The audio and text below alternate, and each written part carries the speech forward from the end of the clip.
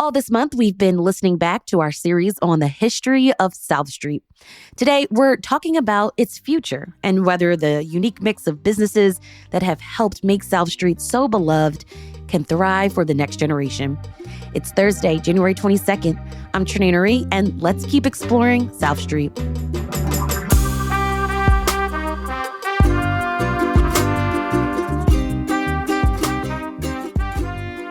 South Street has long been a hotspot for unique businesses. This is where Julia Zagar opened Eyes Gallery in 1968, which specializes in folk art from around the world. It's where what's considered the oldest LGBTQ and feminist bookstore in the country opened, Giovanni's Room, back in 1973. South Street has long welcomed people and ideas that may have not been accepted elsewhere. It's what South Street is. But by the 90s, chains like Gap and Tower Records dotted South Street. And the recession and shifts to online retail led to an exodus of some businesses in the 2000s. Finding live music any day of the week is harder. Bars aren't open as late, and you can't help but notice empty storefronts. But that South Street spirit, it's still there if you look for it. There's more than a half a dozen tattoo shops. There's an art gallery next to a cheesesteak shop, the longest running drag night in Philly, and a legendary music venue. It's all there.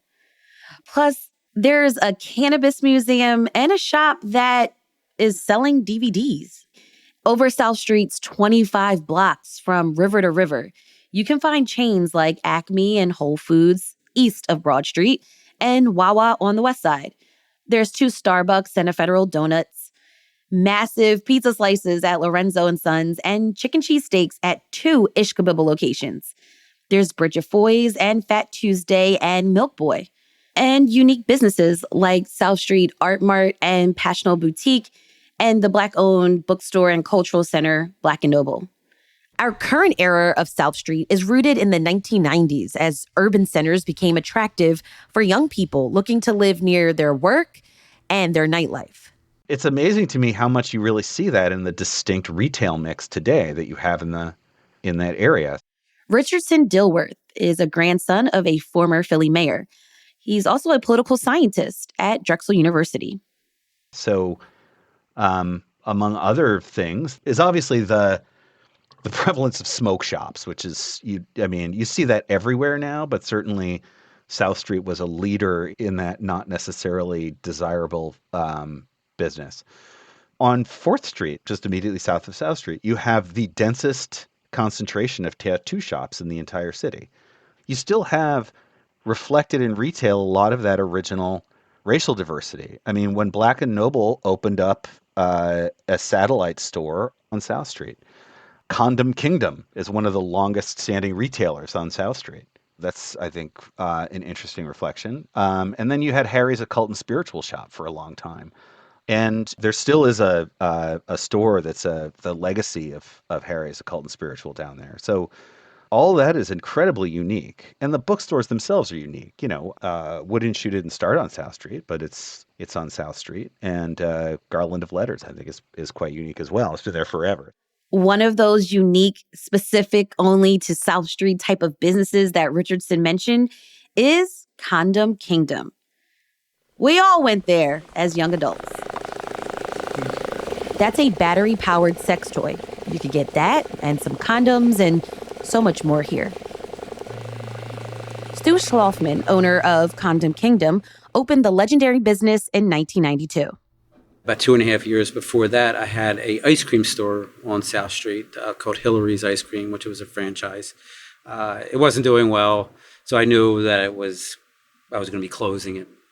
And it was during the AIDS epidemic where, people were really concerned about condom use and so forth. And a condom store opened up in New York. It was the very first condom store. Then a second condom store opened up over here on 4th Street called Condom Nation. And I just thought it was a great idea. What a great idea. And I wanted to open up a store like that. And you mentioned the AIDS epidemic. did you see your store as maybe educating folks, protecting folks, saving lives? When we first opened up our store was not called Condom King. It was called Safer Life Stores. And it was actually that rendition up there. If you notice, see the two doors in the back? Yeah. The one to the right was like a little phone booth area where you could pick up, we had a phone in there, you could pick up the phone and you were connected to the AIDS hotline. So if you had questions, you could go in private and do that. We also were very educational as far as what we know about AIDS back then. From the moment we opened up our door, we were very concerned about education. It took about a year after we opened to get into the sex toys. Because just selling condoms and lubes and some fun condom related material just wasn't cutting it. It just wasn't making us Like money. the sales weren't Like good. the sales, Yeah. I mean, people were in. I mean, you couldn't even get through the door. We were on fire. I mean, we were on fire. It was great. Stu, tell me about how the brand of Condom Kingdom evolved. So it is a huge CK in a like metal gate with a crown over the C. How did that happen? It was just more of a thing. Like, oh, well, let's play off just Condom Kingdom. I mean, first we came up with the name. Obviously, you saw the pictures, and the store didn't look like a castle or anything. It was just a sign out front. So we just started playing when we moved over to this newer location, the larger location. We just said, let's really play off Condom King, the kingdom part. So that's why when you walk through the store, there's, it looks like a castle. It feels like you're in the courtyard of a kingdom, basically, or a castle. When you walk into the doors, there is a waterfall. Right, yes. And there's this large There's actually tree. a drawbridge, too, that you probably really? don't realize that you walked over. You Yeah, have to the show whole me thing. that. Yeah. I mean, it's not officially a drawbridge, but it's kind of just there's a lot of things in the store that you wouldn't even realize that were in the store, but there's like little, even on the outside. Well, I see the flying sperm, right? Yeah, but outside, incorporated in the building, are little sperms in the building too, that you wouldn't even know they were there unless I pointed them out to you. So why Same thing with incorporate that stuff? Just because of branding, and I just thought I wanted it to be in your face. You know what I mean? It's like, I mean, you saw the pictures, even when it was called Safer Life, condoms is like a big neon sign. I wanted to stir things up a little bit, I was scared to hang that condom sign out front, actually, when we first opened. Did you get pushback? No, none at all. I was shocked. But it's South Street, so, Businesses like Condom Kingdom attracted young people to South Street and gave the street a kind of edginess that made it a cool place to hang out and live. Conrad Benner, a lifelong Philadelphian and founder of the local arts blog Streets Department, has been hanging out on South Street for 2 decades. Would have been like 2005, 2006 when I moved over there. Things were different and the same, like a lot of places in Philly. Things were probably more affordable, but I still think it just always has been and always, I think, will be a place for like eclectic everything. I think that's one of the things that drew me over there. So there's everything you want is kind of over there. When I was in high school, it was about going to that Starbucks on 4th Street, getting like a stupid sugar drink and just like sipping it as you walked up and down the street. When I was living there in my early 20s, it was about going to, I think it was called The Bean. There was a coffee shop right around the corner on South Street, and like they would be open until like midnight or 1 a.m. or something. I'd get like an espresso and like read a book. I felt like Felicity for all the older millennials who might remember that show. Yes. When I applied to a few jobs on South Street because I was living right there, and the only one I got was at Whole Foods. And anyone knows, I think Whole Foods is a little bit different now, but also a little bit the same.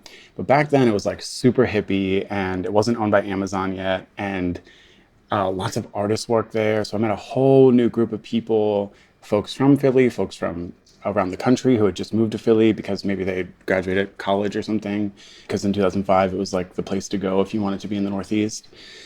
And it was through these friendships and through living on South Street that I really like started to go to more art shows. I would walk the quick walk over to Old City to go to First Friday shows. There's a lot of reasons I love it. I want to get back to that story where you said you'll get a sugary drink from Starbucks. Yeah. And you mentioned working at Whole Foods. So those are larger chains, but there also was Tower Records, Oh the my God, yeah. Gap, right? Well, and the Gap being a chain too, or Pearl. Remember, was the Pearl art studio space or like artist supply store? But yeah, that's also goes to describe the kind of eclecticness of that street that street has always had. Maybe a little bit less now, but certainly it did in the late '90s, early 2000s when, the Gap was next to an independent, store. Julia Zagar's gallery was next to, Jim Steaks. So when you went there, you never really knew what you were going to get, but that was what was so exciting.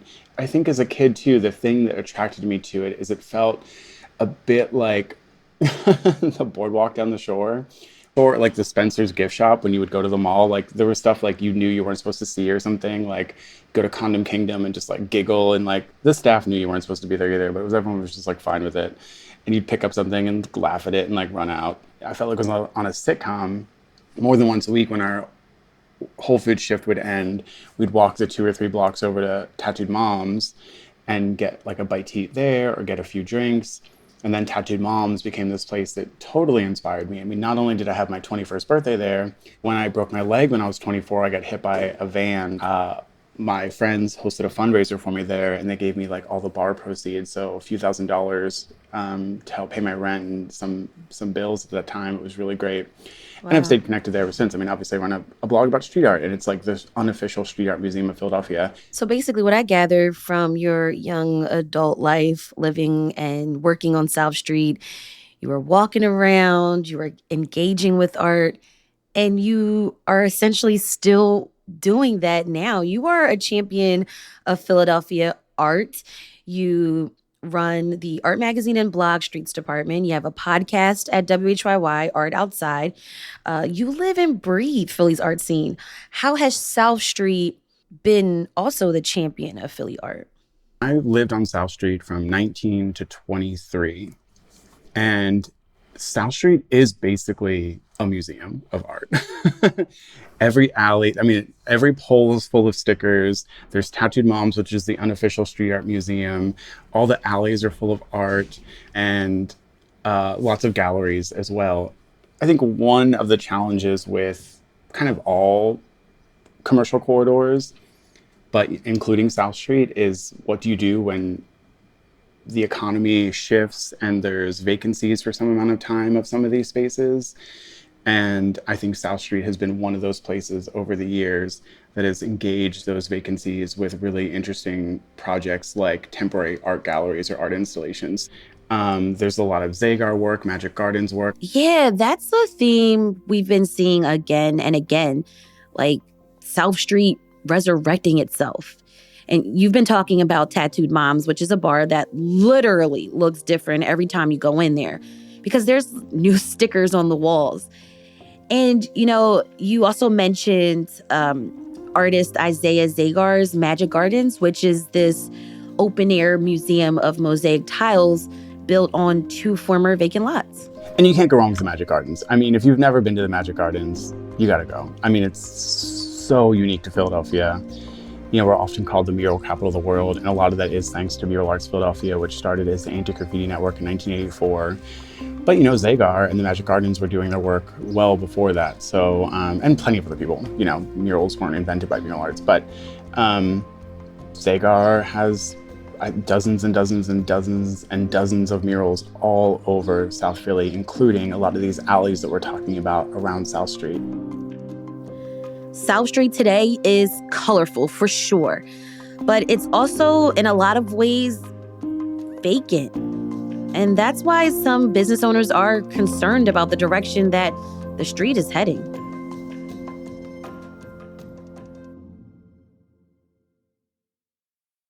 I'm very worried about South Street right now. That's Stu from Condom Kingdom, who we heard from earlier. It's there's some things happening on South Street that I am not happy with. That after, now we've been here 32 years, so I've been on the street for 34 years. And then before that, just as a customer or, coming down with my parents and seeing how it used to be. And The nightlife has changed. I mean, we used to stay open until 12 midnight. We close at 9 o'clock now, during the week.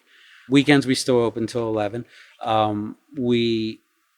But we don't see the business anymore. After that 10 o'clock, it's dead. It's dead. Is that because of like activity that's been happening over the years, like violence? Yeah, but that happens everywhere in the city. It's not just South Street. For some reason, we've become the poster child to that, and I'm not sure why. You said it's changing. Well, because if you take there's no day business down here. It's not like we're in this center city where there's office buildings and things. People live here and then they leave to go to work during the day. So nobody's here during the day. So you're reliant on We're relying on nighttime business, on the nightlife. So that from that 3 o'clock on was our busiest times of the days. Now I can't even really say that anymore. So there is no concept of like late night pizza at Lorenzo's or like cheesesteaks at Ishkabibbles or walks into Condom Kingdom at night. You can't get, because you can't, how do you get here? Where do you park? Part of what Stu is concerned about is how in recent years, police have sometimes shut down the east end of the street from about Front to 5th Streets after 10 p.m. on weekend nights that keep away the cars and ATVs and dirt bikes that cruise along the strip playing music. When the street is close to traffic, he says there's fewer shoppers. The crackdown came after a 2022 mass shooting around the 400 block of South Street that left 3 dead and 11 people injured. The other high-profile incidents of violence have also damaged South Street's reputation, like Mardi Gras in 2001 when about 40,000 people flocked to the street. South Street is reeling after a night of mayhem. The Mardi Gras celebrations turned into a riot complete with looting last night. And then there was the looting. Several stores had windows smashed and merchandise stolen overnight. It was all starting about 11:50 as police pushed the rowdy crowd west. Some stopped in front of a store called Blondie's Boutique. They smashed the window, pulled out clothing and a mannequin. Next, it was roughly close to 30 to 50,000 people out here. Just a very large crowd, a lot larger than anyone could have expected.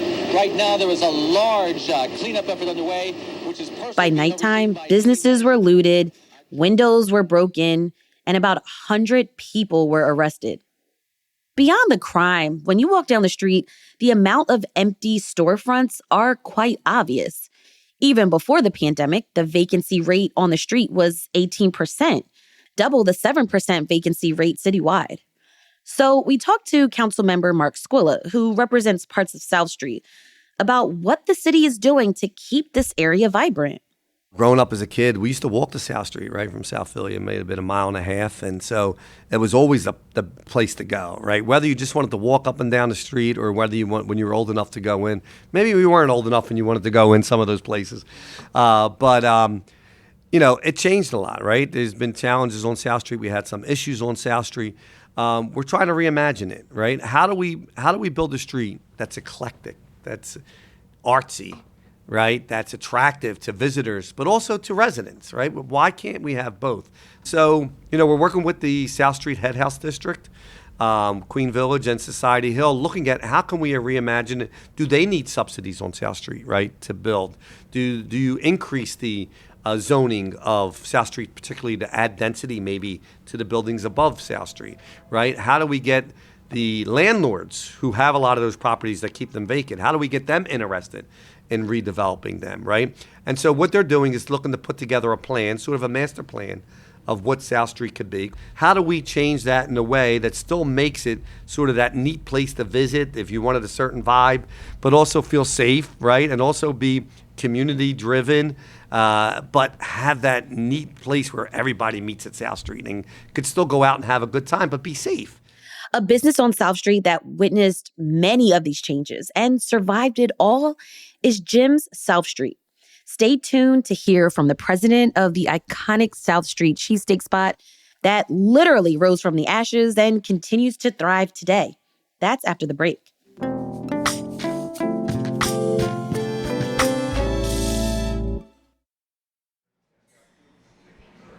Okay, so what is your cheesesteak order? My cheesesteak order is Whizway. How often do you eat cheesesteaks? Once a week. Once a week. That's Ken Silver, president and runs Jim's South Street. This cheesesteak spot is on the corner of South and 4th Streets. It's considered by a lot of Philadelphians as the best cheesesteak in the city. Part of why I got excited to try a Jim's cheesesteak again is because the business had a fire in 2022 that shut them down for 2 years. And when I think about Jim's, I think about all the memories as a teenager hanging out on South Street, eating cheesesteaks, and it tastes the same. I recently visited the new Jim's upstairs dining room, which is filled with the kinds of colorful mosaics that you find all over South Street, thanks to the artist Isaiah Zagar and his wife Julia. Now, after the fire hit both Jim's and the Zagar's Eyes Gallery next door, Jim's took over the space. This was the first place that Isaiah started to experiment in this medium. This is where he started implanting glass and cutting into the concrete and things like that. You can even look through the skylights and see that that's the outside over on this side and over on this side too. You can still see some of his original work. It says Philadelphia is the center of the art world. Yeah, that's his slogan. Yeah, and and this was all redone. So what you're seeing on these 3 walls are original, and the ceiling, this wall, into the skylights, that was all redone for the renovation, and that was all done by the Magic Arts. This room is obviously super colorful and you can see yourself through the mirrors. But to me, I see community and just knowing that you all have this relationship, that's special. Yeah, when Julia approached me and said that they did not necessarily want to rebuild the Eyes Gallery from what they were going to have to do here. The first thing that I thought of was we need to save what's here. And we knew that a lot of it was going to have to come down. We were going to have to put a new stairs in, both upstairs to this floor and downstairs to the basement, which required gutting the center of this building. And there was so much art, and there was that was part of the building that we knew was going to be lost. And I said and I promised them, as part of the negotiation to buy the building, was we will save as much as we can save, and we will make it part of the combined properties. And that's exactly what we did. I mean, this is a great room. My favorite room is what I call the atrium room, which is if you go into the center of and look up, it goes up 2 stories. To me, it's the coolest thing in here. 2 iconic Philadelphia institutions coming together. Mm-hmm. That's what everybody says. Yeah. And I've heard this is so South Street, because we are traditional Art Deco, black and white and silver, and would never think to change it because that's iconic. This is near chaos and color everywhere, and we married the 2 of them, and it's so South Street because all of these things overlap. This is my favorite place because this is where it began when I was a teenager and I was allowed to go on the L. I came right down here, went right down to South Street, and I ate the cheesesteak. It was nice and hot. So this is special to me. But I have to ask, I've never understood, who is Jim? So it's a long story, but back in 1939, Jim Perlinghi created his version of the cheesesteak in his kitchen in West Philadelphia, and eventually opened up through his living room window a takeout stand on 62nd Street.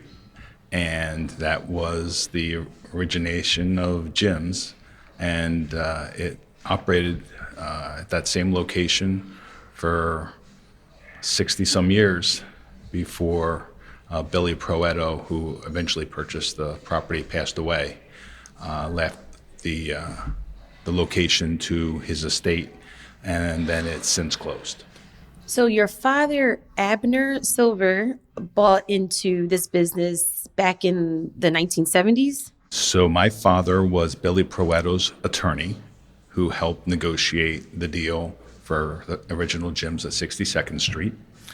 And when this location became available, he partnered with Billy and they opened this together. And my father was the general partner, pretty much the face of the location. Billy already had another location to be the face of, and Billy was a silent partner. And they ran it together until Billy's passing in 2011. What is it about maybe the community on South Street that's important to you? We're a pretty tightly knit group on South Street. Especially the businesses that have history and longevity. A lot of the business owners are very proactive in the South Street Head House District. I'm the current chairman of the board of the South Street Head House District. There's a deep loyalty to one another. When anybody's having a sale or anybody wants to promote something, I ask them to give me a poster and we'll put it in our window. We'll put it on our counter space if you have flyers that you want to hand out or you have discount coupons or anything like that. We are only as good as the rest of the street. If the street deteriorates to the point where people don't feel comfortable coming down here, they're not going to come down here just for gyms. They might, but they'll come down here a lot more frequently if there's other things to do. And everybody doesn't want a cheesesteak. Some people might want a slice of pizza, or other people might want to go and get a salad somewhere. Jim's is a really great sandwich, but it's definitely not the healthiest thing that you can put in your body at any one particular point in time. So, if you want to, experience all that there is on South Street, you can come here 200 different days a year and find 200 different things to do. Because there's 400 businesses on South Street in the whole South Street Head House District. The South Street Head House District was established in 1993 to help keep the area between Front and 11th Streets along South Street safe, clean, and more desirable for businesses and customers alike. It can do things like pay for extra services beyond what the city provides, like a contract with city police for extra enforcement to address issues with crime and quality of life. What are some top of mind issues that business owners on South are concerned about? Brick and mortar is challenging. There are a lot more places to go than South Street in the greater Philadelphia area now than there used to be. Old City is much more vibrant. Northern Liberties didn't exist 20 years ago.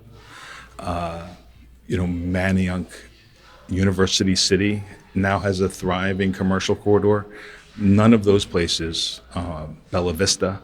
So there's just so many more places to go.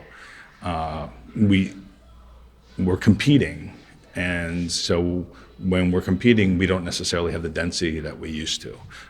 We're probably off 15% from our peak prior to the fire, and we're still, a very busy, vibrant cheesesteak location, but we've noticed that foot traffic is down just in general.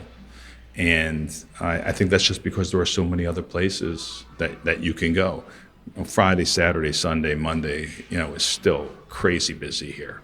It's probably the other times that are less peak that are a little off. And I think that's just the general commercial environment that we're operating under today. A lot of people know South Street to be the place to hang out at night. What's your take on where Philly is now, where South Street is now in terms of safety, or that safety question for after hours, after 5 p.m.? I'm down here a lot at night. I don't really have any problem walking up and down the street by myself. We do have a security guard that comes in at 8 o'clock at night and stays until the staff leaves in the evening. I think that's just preventative, but as far as the general safety on South Street, there isn't a whole lot that goes on that would be any different than anywhere else in the city or even the suburbs, for that matter. Things happen, but they're usually personal things between groups of people or known actors, that kind of thing. Knock on wood, we've never had any criminal activity at Jim's since we opened in 1976. Do you still hear like the those two-seater cars blasting music on South? I forget what you call those things. Slingshots. Yeah. So we do. See, I'm not that old. So we do have a lot of like cruiser activity. It's not as bad as it used to be. I think probably pre-pandemic and during the pandemic, it was really loud down here. But what is South Street in the future? I think South Street in the future is probably the same types of marriages of various businesses just changing with the times.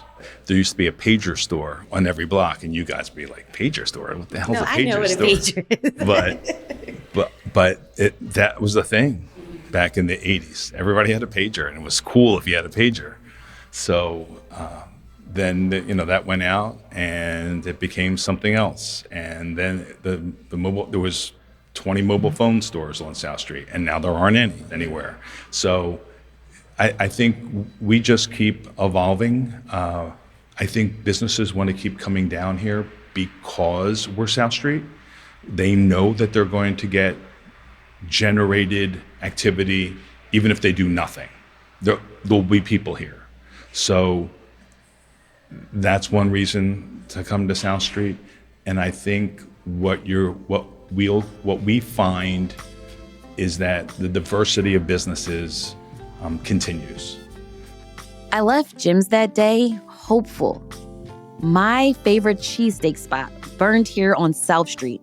And not only did it come back, it came back with a mosaic tiled interior designed by a local artist who has been here for half a century. It's the old, it's the new, and the rejuvenation here on South Street. It's a story of Philly itself. I want to hear from you.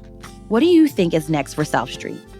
Give us a call at 215-259-8170 or email us, philly@citycast.fm. Thanks so much for taking this ride along South Street with me.